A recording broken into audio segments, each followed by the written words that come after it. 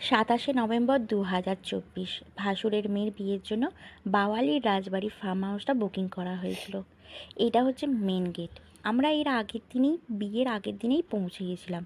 এখানে এখনও সাজানো গোছানো আনকমপ্লিট, তো সুন্দর সাজানো শুরু হয়েছে।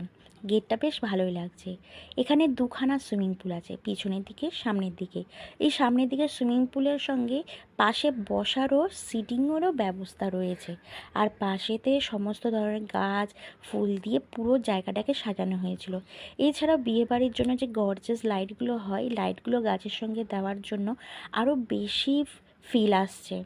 আর এখানে লাইভ কন্টেস্ট হবে, আর দুপাশে বসার জন্য সোফারও ব্যবস্থা হবে। এই সুইমিং পুলের চারিদিকে ঘুরতে ঘুরতে চলে এলাম শামিয়ানায়।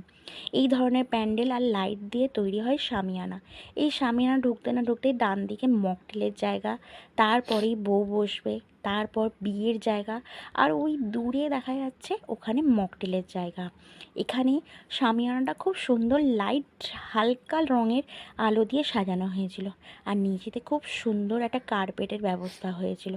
আর দূরেতে হোয়াইট কালারের সোফারও ব্যবস্থা হয়েছিল। যেহেতু কার্পেটটা ডিপ কালার, তাই জন্য সোফাগুলো লাইট কালারের ভীষণ ভালো লাগছে। আর মকটেলেরও জায়গাটা ভীষণ ভালো লাগছে। এখানে অনেক রুমও আছে।